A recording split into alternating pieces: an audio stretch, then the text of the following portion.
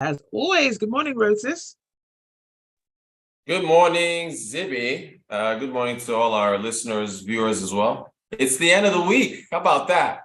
Yay, with like a zillion Y's at the end.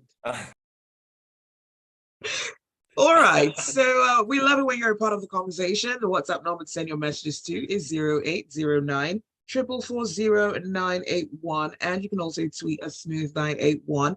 We're also streaming live up on our YouTube, so you can catch the live stream. It's Smooth and 981 FM Lagos. Don't forget to subscribe as well.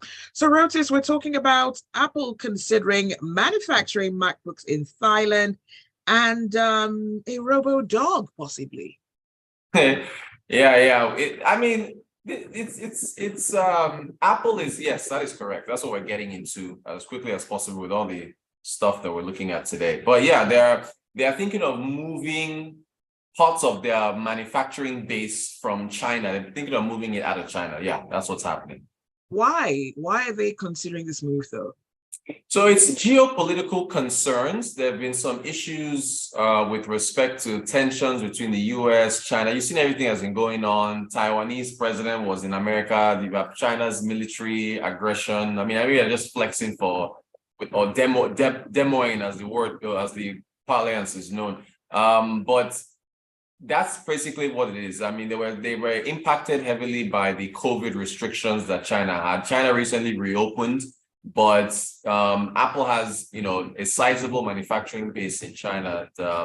They were impacted by that. So they want to diversify their supply chains. They want to be able to spread out where they make their products in other countries so that, you're not putting all your eggs in one basket or weighing them down in one particular area. Right. But how important is China to Apple? Massively important. I mean, they spent decades building up supply chains there. Foxconn is a chip maker that is in China that is very vital to Apple. And the country is incredibly important, not just for sales, but also because China is basically the manufacturing base of the world. And so for Apple that sells, billions of dollars of products, China is incredibly important to them. Awesome. So we got trade figures for March for China yesterday. What are those numbers looking like? Yeah, so it's just to tell you the significance of the behemoth that China is. China, their exports, I think, were double-digit jump, 14% year on year. So they exported more items in March 2023, 14% more items in March 2023 than they did in March 2022. Analysts were expecting that those exports would drop because of COVID impact, but for some reason they climbed. But the key number there is that China's trade surplus in March, Zibby, was $88 billion. You have a trade surplus when you export more than you import.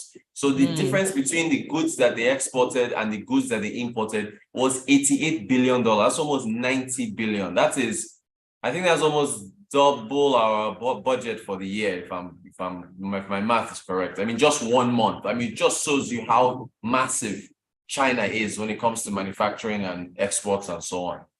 Wow. So Apple is thinking of Vietnam and Thailand. What is the appeal of those countries, though? Yeah, so Thailand, you think of the Asian tigers, and they have the enabling business environment that allows them to do that. I understand, according to one Asian publication, that Apple has been producing its Apple Watch in Thailand for the better part of the last year.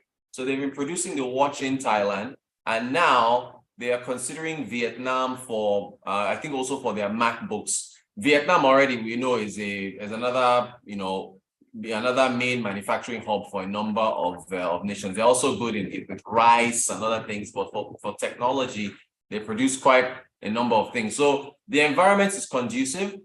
Apple is already, has already been making Apple Watches in Thailand. So they're saying, okay, we're making Apple Watches in Thailand. Why don't we now start moving slowly to opening up, or rather producing MacBooks in Thailand? So they're spreading it out. But the key thing is that there is an enabling environment. I mean, I was reading about them. or some senior tech official who didn't want to be named talking to this publication, saying that the name of the publication is Nikkei Asia. I think Nikkei Asia is linked to the Wall Street Journal. But anyway, I subscribe to them just to read up about what's going on in the Asian countries. And so the anonymous source was saying, hey, look, all they want to do is just acquire land. Like there's some land, some large swaths of land the government has made available for tech companies that want to come and produce things there. So they're just taking advantage of policies that the government, you're smiling, you know where I'm going. You know what policies that the governments of Vietnam and Thailand have put forward to allow them to be able to produce there. Wow. Interesting. So, other lessons that Nigeria could possibly learn? Yeah, there we go. Of course, there are lessons. I mean, why can't look at the size of our population? Look, it's not even Thailand and Asia. India, Apple just opened an office. If I have to check, they opened an office, or they're opening is it a sales office or something, or they're expanding their footprint in India. So India is also another big, giant. In fact, let me digress for 2 seconds. India held up a trade deal that they just signed with the UK because of some separatist issue or something happened in the UK. There was involving, I don't know what, in every country you've got a set of people who want to break away, separatists, right? So so there was some separatist flare up that happened that's in the UK, and India got angry about it, and they told the UK that, listen, we will not affect this trade deal that we've just signed with you unless you condemn the separatists of Indian origin that are living in the UK and are calling for. So the whole point I'm bringing up is that India is such a giant right now that they can threaten the United Kingdom and say, we will not sign your trade deal unless you condemn these separatists that are calling for breaking away from India. So you put this all together, Zibby, and these are middle income emerging, or is EMMI, emerging markets, middle income countries, EMMIC. So your Brazil, your Turkey, your Vietnam, your Thailand, your India. Meanwhile, the Nigerias, the Ghanas, Ivory Coast, we are in LICs, low income countries. So to get there, you have economic power. You can threaten a UK. You can Apple, the biggest tech company in the world, can come to your country. Yeah. So just make the environment. This Land Use Act that gives that governors have, that gives them all the power to determine who gets land for what. You gotta abolish that thing, right? You've got to be able to open up. You can't leave the availability of land to a governor and make him a kingmaker to where he's. So there's many lessons, and then there's also, of course, the basic lessons of power, electricity. No touts or thugs, good roads. These are all the things these countries have that are making all these tech giants open up. And every time I think about this, for the simple fact that Apple is opening up an office in India, CB, that is jobs, because you have to hire local Indians. Yeah. If you are selling MacBooks or wanting to expand your production in Thailand or Vietnam, that's jobs. You're hiring people to do that. So there's so many lessons here. Wow. Well, let us know what your thoughts are. 0809 444 981. Rotus, let's move to Netflix. They just released a 45-page report called African Adventures. What is this about? Okay, I haven't read the entire report yet. I just got my hands on it late yesterday, but I just skimmed it, and basically it's PR. I mean, Netflix is basically just talking about they're calling it adventures. They open up in Nigeria. I have a Netflix account. I watch stuff, and in fact, have you seen the secret? Is it the Secret Agent or the Agent? There's one, Night Agent. Have you seen Night Agents? No, I haven't.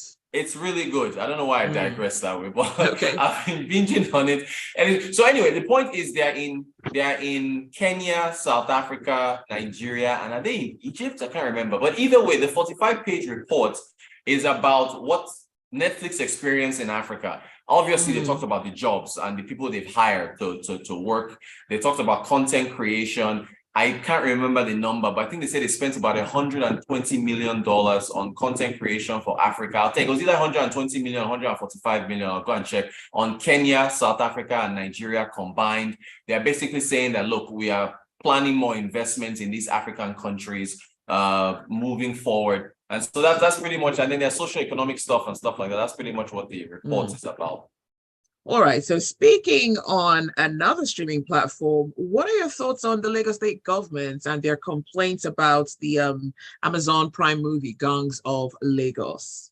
Yeah, but I also have a Prime account, by the way, but I haven't seen Gangs of Lagos yet. But it was interesting that they were what I thought about? I thought about what would have happened if Gangs of Lagos was released in movie theaters. For sure. Well, I'm not saying okay, I'm not sure. Let me not say I'm for sure. But if it was released in movie theaters, there would have been an opportunity for the government to shut it down. If they had seen, because I don't know, there was some tribal thing where a particular they were angry about the depiction of a particular indigents of Lagos. Yeah, so I haven't seen the movie. I don't know what it's about.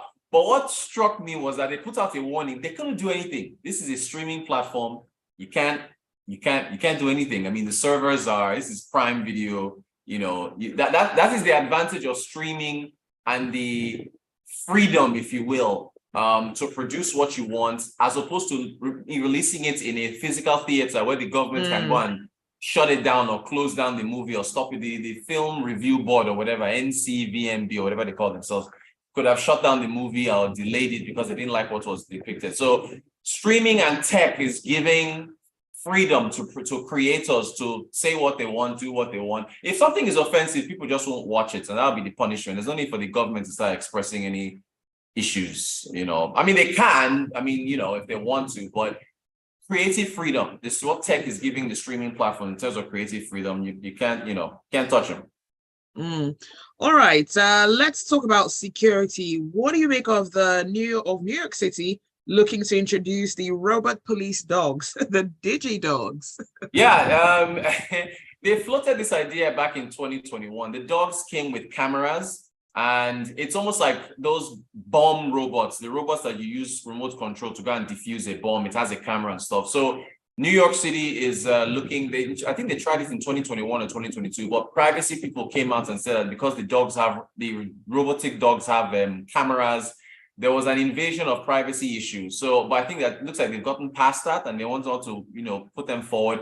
It's just, I just thought about it's a state, New York, that is just moving forward with its security. And, unfortunately, you have to just come back and think about what is your own country doing. There are countries that are in such an advanced level. They are using robots now for robot dogs to secure their land and, keep themselves safe.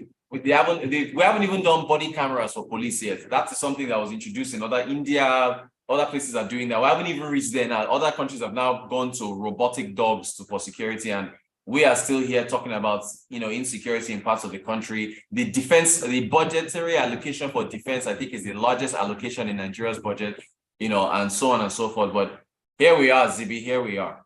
Let's take a message, and it's from Yinka. He says, sure, Rotus and night agents ain't bad, but it smells low budget. However, shout out to Netflix. They've done well. At least one can easily pay with the Naira card. Prime should please be user-friendly like Netflix. And he also says, no, Rotus, Gangs of Lagos is cool, but the misrepresentation threw everything off balance.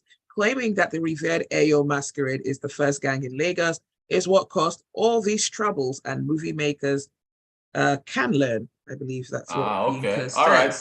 Point well taken, Yinka. Point well taken. And he makes a good point about allowing people to pay in local currency as opposed to FX. That makes things easier. So great messages as usual from Yinka. All right, that's all the time for Business Express. Thanks, Rotus, for joining in, as always, and thanks for listening. All right. See you Monday. Take care. Stay with us. There's a lot more to come on